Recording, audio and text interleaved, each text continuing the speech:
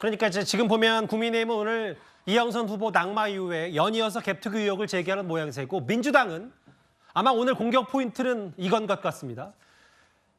조수진 변호사 지난주에 성범죄 변호 전력 혹은 이력 2차 가해 논란이 알려지면서 후보를 사퇴했었죠. 당시 한동훈 위원장은 이렇게 공격했는데 민주당은 오늘 이렇게 맞받아친 것 같습니다. 가해자를 옹호하고 피해자에게 2차 피해를 가했던 행동들입니다. 우리는 가해자의 편이 아니라 피해자의 편이기 때문입니다.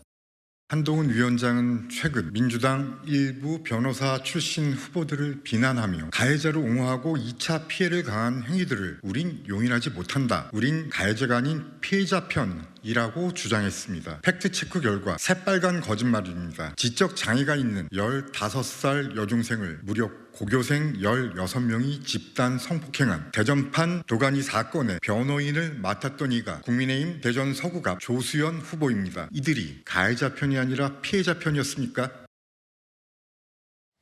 그러니까 조수진 변호사 자진 사퇴했고 본인 논란에 대해서.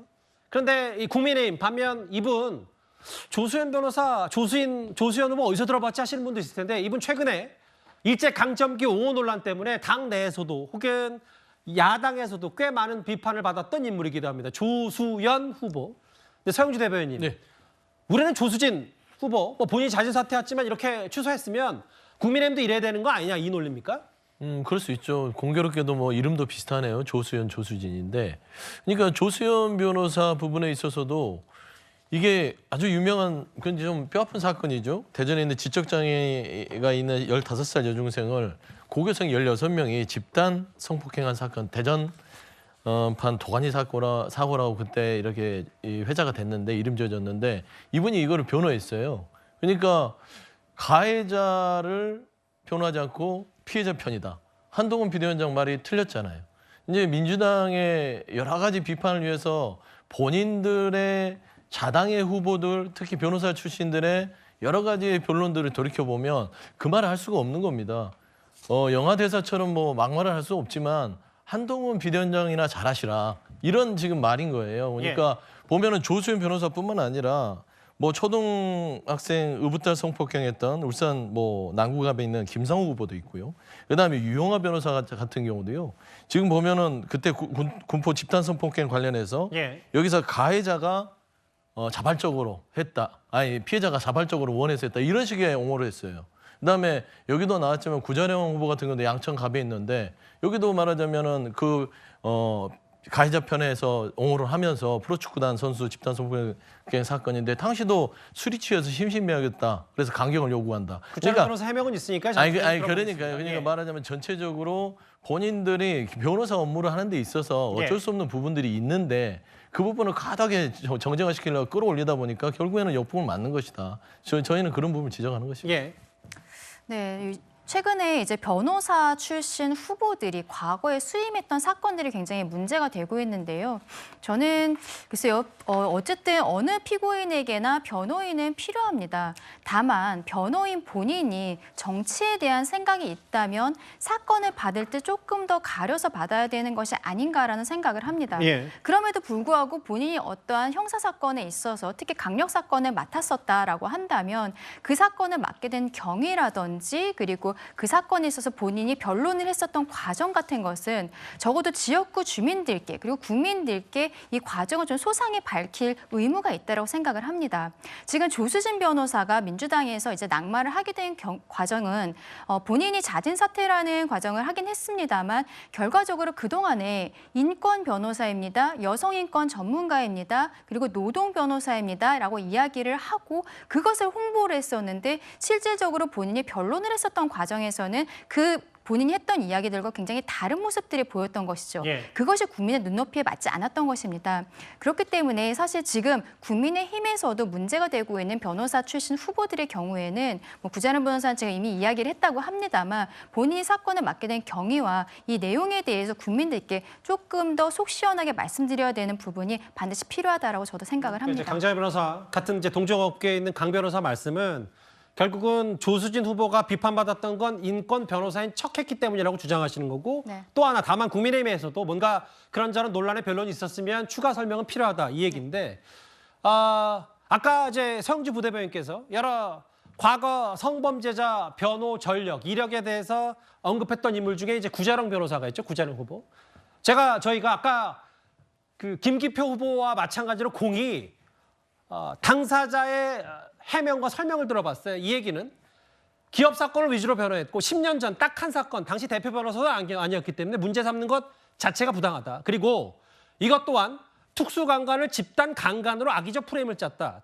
당시 피고인들이 브로커에 협박당했다며 사건을 해결했다. 이현정 의원 생각은 어떠십니까? 그러니까 결국 이제 로펌에 많이 소속돼 있잖아요. 그러면 본인의 어떤 자율권이 없지 않습니까? 거기에 어떤 사건을 맡으면 또 그걸 해야 되는 그런 측면이 있는 것이기 때문에 저는 그러니까 이게 변호사들이 이런 사건을 맡았다는 것 자체를 가지고 문제 삼으면 사실 변호사 업무를 하기 어렵습니다. 예. 문제는 이제 그 변호 과정에서 2차 가해라든지 또 이런 것들 또 전문적으로 이런 것만 했다든지 뭐 이런 거 있을 때 우리가 문제 삼을 수 있지. 사실 변호사가 어떤 여러 가지 사건들, 뭐 악마도 변호하는 게 변호사 아니겠습니까? 이제 그런 기준을 가지고 좀 우리가 평가를 해야 되지 않을까 그런 생각이 듭니다. 예, 송 부장 생각은 어떠십니까? 결국 여기서도 아까 말씀드린 내로남불이 나오는 거죠. 본인이 누군가에 대해서 높은 도덕적 잣대를 들이대고 그거에 대해서 흠을 지적하려고 했을 때 본인은 과연 어떠한가를 얘기해야 된다는 건데 이 조수진 변호사 문제가 불거졌을 때 당 안에서도 가해자를 변호한 것 자체는 문제가 아니지 않느냐. 단 조수진 변호사가 그 변호하는 과정에서 선을 넘는 발언들, 국민들이 전혀 납득하지 못할 만한 발언들을 너무 많이 했고 그러니까 뭐 예를 들면 변론 자체가 2차 가해 아니었냐 이거죠. 그렇죠. 그런 것들이 있었고 또 그걸 홍보하는 예. 자신이 그걸 가해자를 피고인을 변호해주면서 이렇게까지 뭐 낮췄다, 형을 낮췄다라는 걸 홍보했던 것들이 문제가 됐던 건데요. 그래서 저는 글쎄요. 그래서 국민의힘 이 변호사 한 분 한 분이 과연 조수진 변호사 건에 대해서 어떤 입장을 취했는지는 알 수 없으나 예. 국민의힘을 대표하는 한동훈 위원장이 우리가 앞서 화면에서 봤던 것처럼 가해자를 옹호했던 사람은 국민의힘이 후보가 될 수 없다. 이런 식으로 프레임을 짰기 때문에 본인의 덫에 본인이 걸려들었다. 이런 식으로 바라볼 수 있을 것 같아요. 다만 아까 제가 김기표 후보한테 직접 설명을 듣고 했던 해명처럼 좀 더 덧붙인다면 이제 구자룡 변호사 얘기는 결국은 우리가 조수진 변호사를 비판했던 건 2차 가해 혹은 과거 본인이 인권 변호사를 자처했던 그 정적 눈높이지 변호 자체를 비판한 건 아니다. 특수강간이 아니라 법률용어는 집단강간. 집단강간으로 악의적 프레임. 원래 법률용어는 특수강간인데 뭐 이 얘기를 했거든요. 글쎄 오늘 뭐 여야의 전선 얘기를 해봤다면 잠깐만 좀 쉬어갈게요. 이 얘기 아까 뭐 갭 투자 얘기도 하고 돈 얘기도 나왔으니까 짧게 얘기해 보겠습니다. 이현정 의원님. 네. 주말 사이에 그 재산 이번에 출사표 던진 사람들의 재산 몇몇이 공개가 됐는데 그냥 저도 단순히 그럼 이번에 역시 또 재산 1위는 안철수 후보라고 생각했는데 그게 아니었던 모양입니다. 좀 화제가 되고 있어요. 그렇죠. 그러니까 지금 김복덕 후보 국민의힘 그 경기 부천갑에 출마한 후보입니다. 근데 이분이 이제 고졸 출신인데요.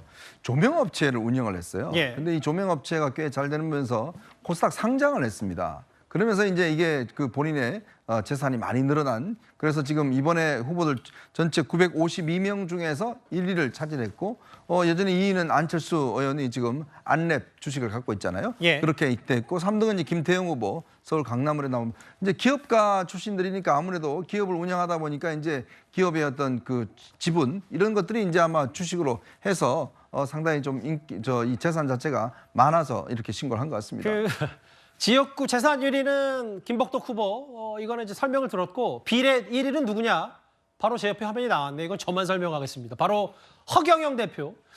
글쎄요. 3년 전에 보궐선거 당시에는 재산 72억으로 신고했는데 3년 만에 뭐 구체적인 설명을 뭐 다 언급하지 않겠습니다. 3년 만에 재산이 400억이 늘어났어요. 허경영 대표가. 지금 현재 재산이 481억. 예. 허경영 후보 그리고 지역 비례 재산 신고 내역까지 저희가 짧게 숨 고르기 차원에서 만나봤습니다. 알겠습니다. 여기서 정리하고요. 이 논란, 이 논쟁.